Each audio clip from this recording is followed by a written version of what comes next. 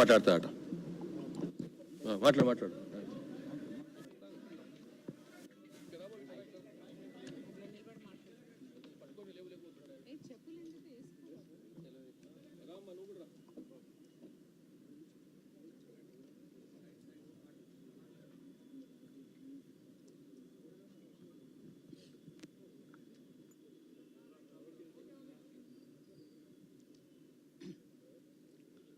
ముందుగా మీడియా మిత్రులందరికీ నా నుంచి ధన్యవాదాలు.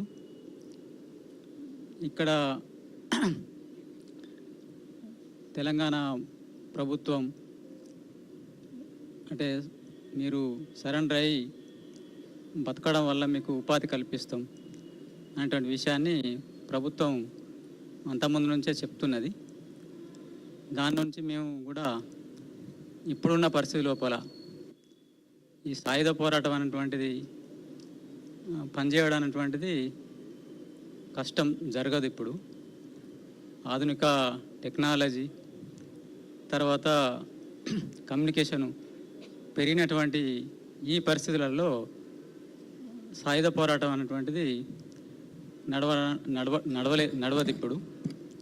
అందుకోసం ఇక్కడ ఉన్నటువంటి ఇప్పుడు ఉన్నవాళ్ళైనా తెలంగాణలో పనిచేసే వాళ్ళు, తెలంగాణ క్యాడర్స్ కూడా వచ్చి వాళ్ళు మాలాగే లొంగిపోయి వాళ్ళ వాళ్ళు బతకడానికి అవకాశం కల్పిస్తే గవర్నమెంట్ కల్పిస్తున్నదని చేస్తున్నది. అట్లా చేస్తే మంచిది. తర్వాత ఇక్కడున్న ప్రభుత్వానికి, పోలీసులకు మా నుండి ధన్యవాదాలు తెలుపుతున్నాం. రాజిరెడ్డి గారు ఇప్పుడు దేవిజీ మీ దగ్గరే ఉన్నాడు. ఎందుకంటే దేవిజీ మీ దగ్గర ఉన్నది ఒక స్టేట్మెంట్ వచ్చింది, కానీ చూస్తేనే మాత్రం కొంత కన్ఫ్యూజన్ ఉంది. దేవిజీ ఉన్నాడా లేడా మీ దగ్గర? మా దగ్గర అయితే మేమైతే చాలా కాలం నుంచి విడిపోయి ఉన్నా. నేను అనారోగ్య సమస్య నుంచి దూరంగా ఉన్నా. తర్వాత నేను అనారోగ్య సమస్య నుంచి లొంగిపోతున్నా. ఆయన పరిస్థితి నాకు పూర్తిగా తెలియదు. ముందుగా